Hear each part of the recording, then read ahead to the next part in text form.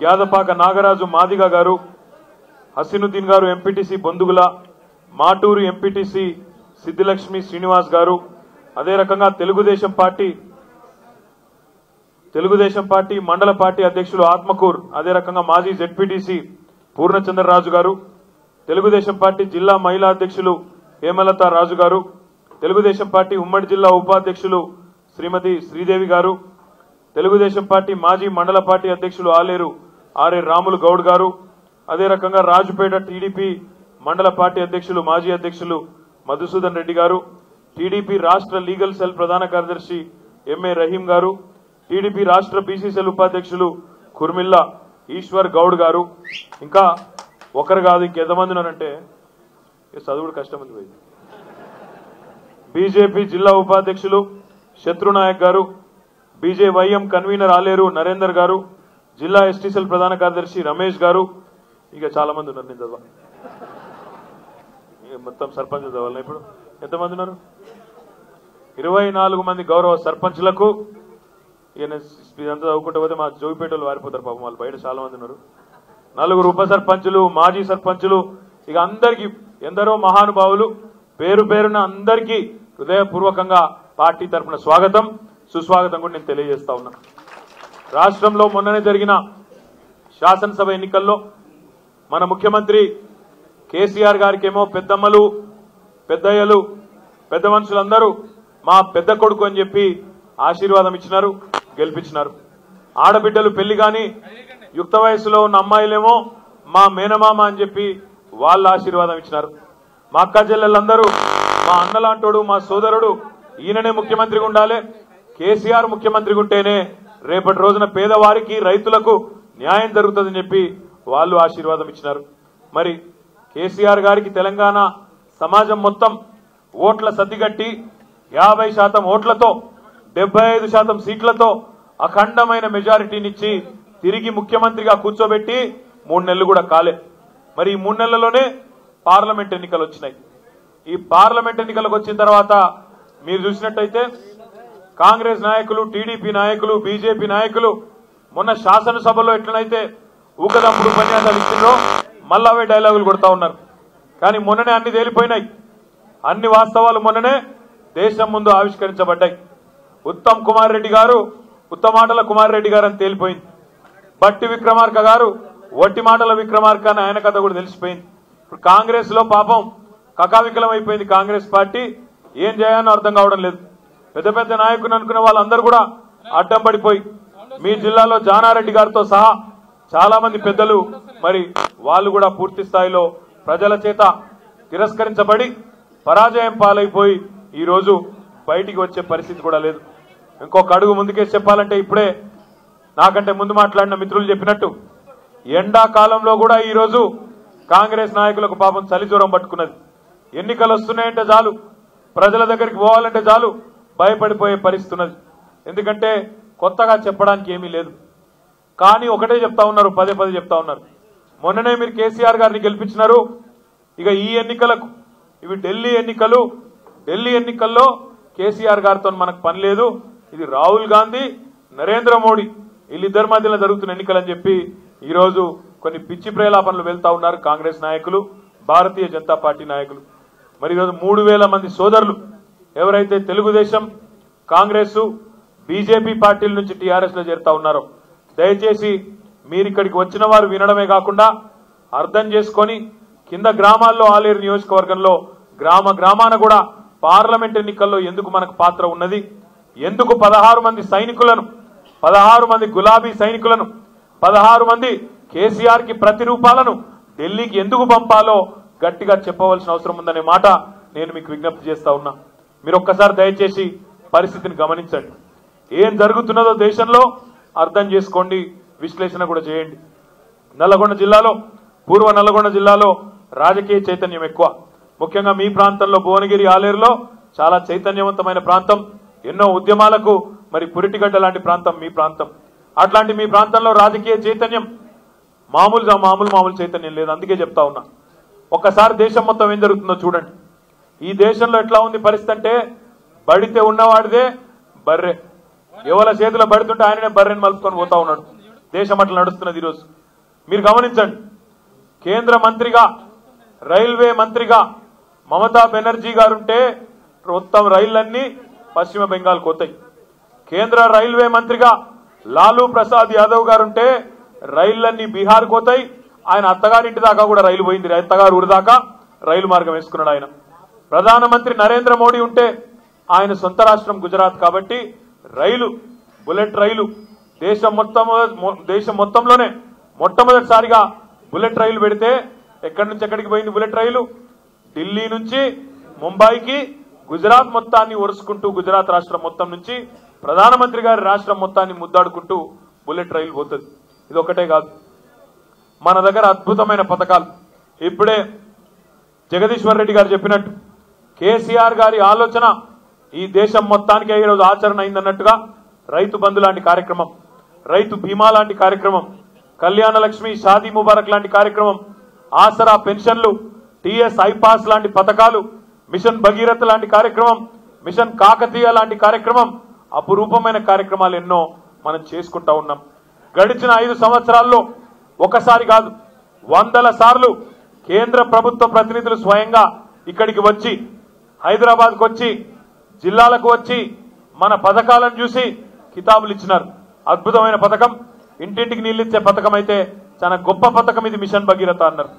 ఊళ్ళలో చెరువులను బాగు చేసుకునే కార్యక్రమం మిషన్ కాకతీయ చాలా గొప్ప కార్యక్రమం అని చెప్పి ప్రశంసలు ఇచ్చిపోయినారు. ఆఖరికి కేంద్ర ప్రభుత్వం ఏ రకంగా వ్యవహారం చేయాలి, ఏ రకంగా ముందుకు పోవాలని చెప్పి దిశానిర్దేశం చేసే నీతి ఆయోగ్ అనే సంస్థ, కేంద్ర ప్రభుత్వమే నియమించిన సంస్థ, ఆ సంస్థ కూడా సిఫారసు చేసింది. 5,000 కోట్ల రూపాయలు తెలంగాణ ప్రభుత్వం చేపట్టిన మంచి కార్యక్రమం మిషన్ కాకతీయకు చెరువులు బాగు చేసుకునే కార్యక్రమానికి 5,000 కోట్ల రూపాయలు ఇవ్వండి. అదే రకంగా ఇంటింటికి నల్లా నీళ్ళిచ్చే మిషన్ భగీరథకు 19,000 కోట్లు ఇవ్వండి. ఈ రెండు కలిపితే, కాకతీయ భగీరథ కలిపితే 24,000 కోట్ల రూపాయలు ఇవ్వండి అని చెప్పి కేంద్ర ప్రభుత్వానికి నీతి ఆయోగ్ సిఫారసు చేసింది. నీతి ఆయోగ్ సిఫారసు చేస్తే 24,000 కోట్లు ఇమ్మని చెప్పి సిఫారసు చేస్తే నరేంద్ర మోడీ ప్రభుత్వం, భారతీయ జనతా పార్టీ ప్రభుత్వం 24,000 కోట్లు కాదు కదా, 24 పైసలు కూడా ఇయ్యలే. అదే పక్కనే ఉన్న మహారాష్ట్రకు, అక్కడ భారతీయ జనతా పార్టీ ప్రభుత్వం ఉన్నది, వాళ్ళు అడగకపోయినా అక్కడ మెట్రో రైలు నిర్మాణం చేస్తుంటే 17,000 కోట్ల రూపాయలు కేంద్ర ప్రభుత్వం అప్పనంగా ఇచ్చిపోయింది. ఈ మాట ఎందుకు చెప్తా ఉన్నా అంటే ఆలోచించండి. రేపటి రోజున ఢిల్లీలో మొన్న వచ్చినట్టు 2014లో ఏకపక్షమైన ప్రభుత్వం వచ్చే పరిస్థితి లేదు. ఆనాడు 2014లో నరేంద్ర మోడీ గారు ఏదో చేస్తారు, దేశాన్ని ఉద్ధరిస్తారు అనే ఒక అభిప్రాయంతో దేశం మొత్తం ఆయన ఓట్లేసింది. 283 సీట్లు ఇచ్చి ఏకపక్షమైన మెజారిటీ వచ్చింది నరేంద్ర మోడీ గారికి. ఇప్పుడు ఆ పరిస్థితి లేదు. మోడీ గారి గ్రాఫ్ రోజు రోజు పడిపోతున్నది, జనాల్లో ప్రతిష్ట తగ్గుతా ఉన్నది, పలసబారుతున్నది ఆయన ప్రతిష్ట, మస్కబారుతున్నది ఆయన ప్రతిష్ట. కాబట్టి ఈసారి బీజేపీకి, ఎన్డీఏకు 150-160 సీట్లకు మించి వచ్చే పరిస్థితి లేదు. పోనీ రాహుల్ గాంధీ గారి నాయకత్వంలోని కాంగ్రెస్ ఏమన్నా బాగా పెరిగిపోయిందా అంటే వాళ్ళ పరిస్థితి కూడా ఏం గొప్పగా లేదు. 2014లో వాళ్లకు 44-45 సీట్లు వచ్చినాయి మొత్తం భారతదేశంలో కాంగ్రెస్ పార్టీకి. కానీ ఈరోజు మొత్తం చూసినట్టయితే ఆ 44-45 స్థానాల నుంచి 100 దాకా వచ్చే పరిస్థితి ఉన్నది తప్ప వాళ్ళు కూడా సొంతంగా ఏమీ చేసే పరిస్థితి లేదు. అంటే బీజేపీ, ఎన్డీఏకేమో 150-160 సీట్లు, కాంగ్రెస్ యూపీఏకేమో 100-110 సీట్లు, ఇంతకంటే మించి వచ్చే పరిస్థితి లేదు. వీళ్ళిద్దరు కలిసిన దబ్బన పాము ముంగిస ఒకటైనట్టు, కాంగ్రెస్ వాళ్ళు బీజేపీ వాళ్ళు ఒకటై, చంద్రబాబు రాహుల్ గాంధీ కలిసి తిరిగినట్టు వాళ్ళిద్దరు ఏమైనా చేసి కలిసి ప్రభుత్వాన్ని ఏర్పాటు చేద్దాం అనుకున్నా ఆ పరిస్థితి ఇద్దరు కలిసినా వచ్చేటట్టు లేదు. అందుకే ఈ కీలకమైన సందర్భం తెలంగాణ ప్రజలు తెలివైన వాళ్ళు కీలెరిగి వాత పెట్టాలి, సమయాన్ని చూసి దెబ్బ కొట్టాలి. అక్కడ ఒక్కొక్క ఎంపీ రేపు కీలకం కాబోతా ఉన్నాడు. మనము రేపు నిజంగానే మొన్ననే మనం అనుకున్నాం, సారు కారు 16 ఢిల్లీలో సర్కారు, ఆ పద్ధతిలో రేపటి రోజున 16ంటికి 16 సారు కారు 16 ఢిల్లీలో సర్కారు, ఇదే నినాదంతో రేపు పోదాం. అదే 16 మందిని మనం, ఒకటేమో మన మిత్రుడు అసదుద్దీన్ ఓవైసీ గారు, ఇంకా మనతో కలిసి వచ్చేటోళ్ళు చాలా మంది ఉన్నారు, ఢిల్లీలో చాలా మంది ఉన్నారు. ఈ దేశంలో కాంగ్రెస్ బీజేపీ అంటే పొడగిట్టని వాళ్ళు, ఈ రెండు పార్టీలు ఈ దేశంలో ఉండే అన్ని సమస్యలకు వీళ్ళే మూలమని చెప్పి గట్టిగా విశ్వాసం ఉన్నవాళ్ళు ఇతర పార్టీలు కూడా మొత్తం మనలాంటి వాళ్ళు దేశమంతటా చూస్తే మొత్తం కలిపి ఒక 70-80 నుంచి 100 సీట్ల దాకా గెలుచుకునే పరిస్థితి. నిజంగానే మనందరం ఒక కూటమైనామనుకో, గెలిచిన తర్వాత 70-80 నుంచి 100 మంది మనం ఒక దగ్గర కూర్చుంటే మీరు ఆలోచించాలని చెప్పి నేను కోరుతున్నా. అప్పుడు మనం ఢిల్లీ చుట్టూ తిరుగుడు కాదు, ఢిల్లీ వాళ్ళే హైదరాబాద్ చుట్టూ తిరిగిపోయి దండం పెట్టుకుంటా సలాం కొట్టుకుంటా నీతి ఆయోగ్ చెప్పిన 24,000 కోట్లు ఇవ్వాలి, బుల్లెట్ రైళ్లు రావాలి, రేపటి రోజున మీ రాయగిరి దాకా మీ యాదాద్రి దాకా ఎంఎంటీఎస్ రైలు ఉరుక్కుంటా రావాలి అనే మాటను మీకు ఈ సందర్భంగా విజ్ఞప్తి చేస్తా ఉన్నా. జాతీయ హోదా మీ పక్కనే ఉండే గజ్వేల్ నియోజకవర్గానికి ఆనాడు ప్రధానమంత్రి గారు వస్తే మన ముఖ్యమంత్రి కేసీఆర్ గారు అడిగారు, అయ్యా మీరు పక్క రాష్ట్రమైన ఆంధ్రప్రదేశ్ లో పోలవరం ప్రాజెక్టు కట్టుకుంటే అక్కడ మీరు జాతీయ హోదా ఇచ్చినారు, జాతీయ హోదా ఇస్తే ఏమైతుందంటే రూపాయి పైసలు ఖర్చు అవుతుంటే మనకు 90 పైసలు ఢిల్లీకి వెళ్ళొస్తాయి, కేంద్ర ప్రభుత్వంకి వెళ్ళొస్తాయి.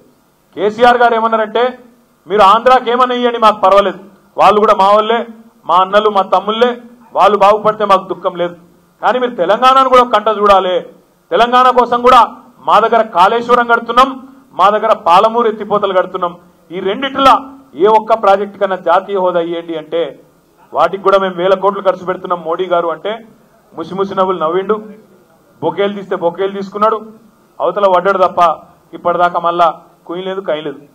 అందుకే ఆలోచించాలి, రేపు మన చేతులనే వాళ్ళ జుట్టు ఉంటే, ఢిల్లీ జుట్టు ఉంటే కేంద్రంలో ఎవరు ఎర్రకోట మీద జెండా ఎగిరేసే పరిస్థితి ఉంటుందో తెలంగాణ ప్రజలే నిర్ణయిస్తే తన్నుకుంటూ రాదా మన ప్రాజెక్టులకు జాతీయ హోదా?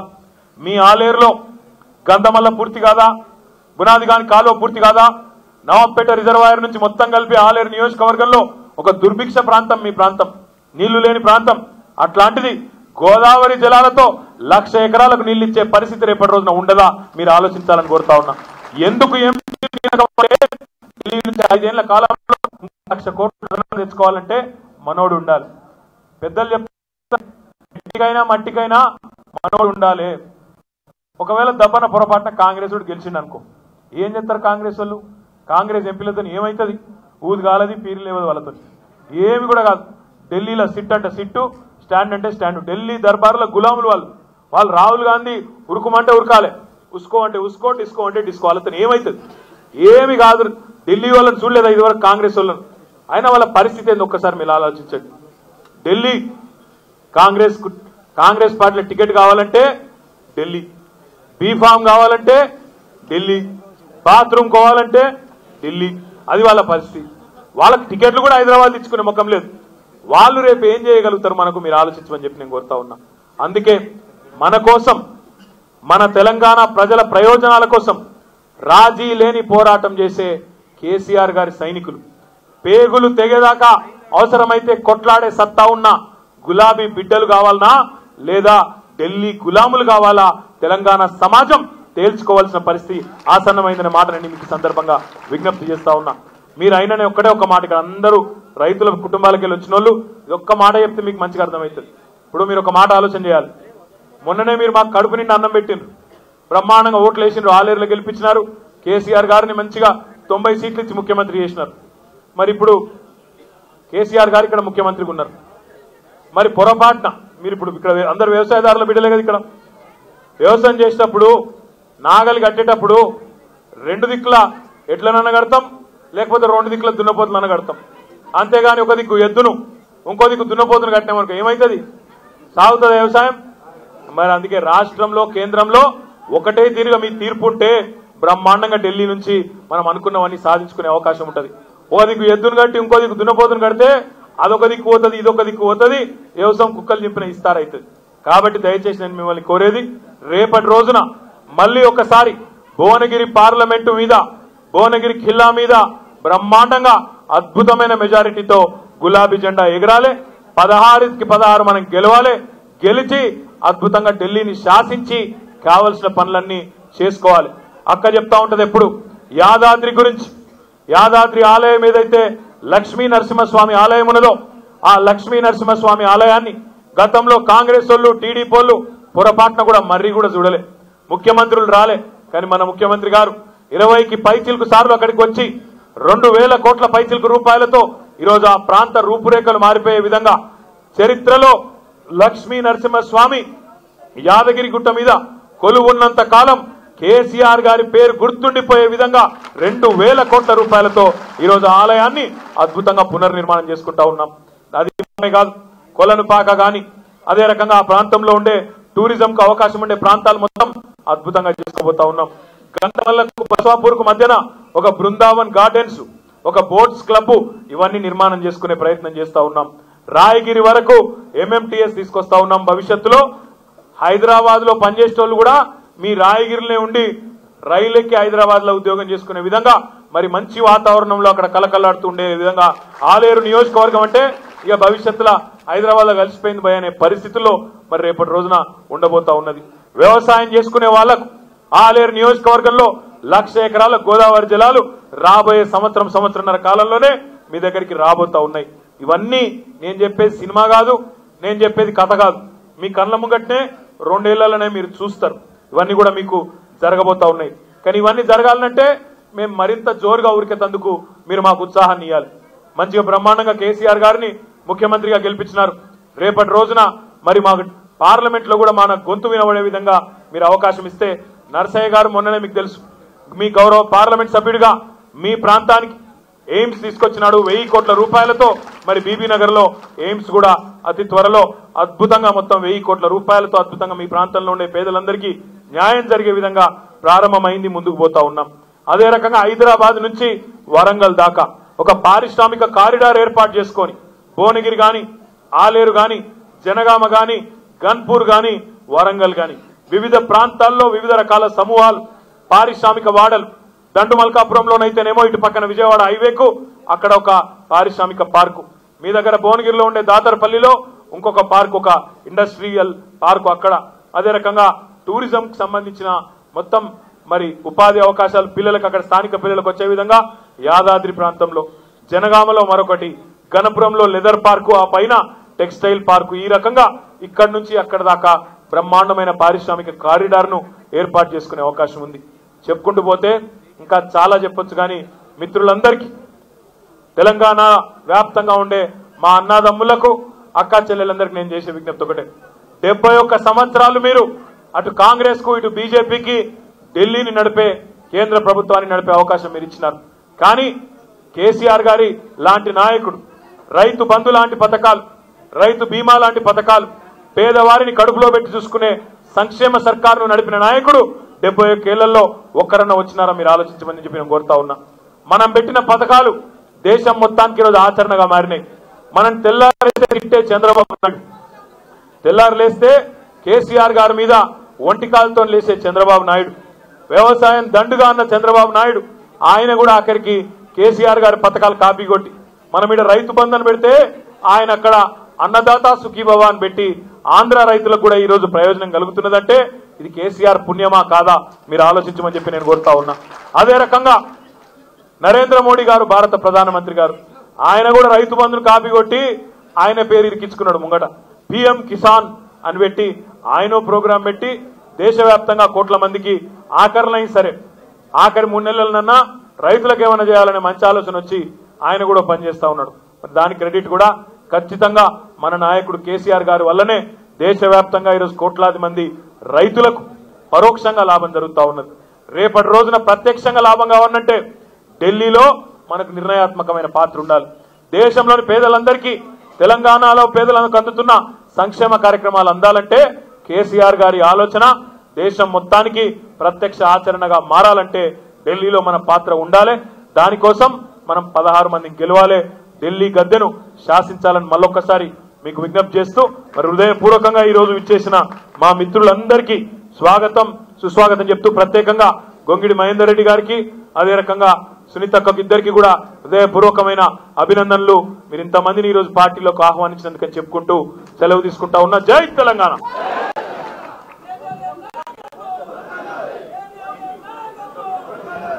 దయచేసి ఎక్కడో అక్కడ కూర్చోవాలి, మీరు కూర్చోండి, అందరూ కూర్చోండి.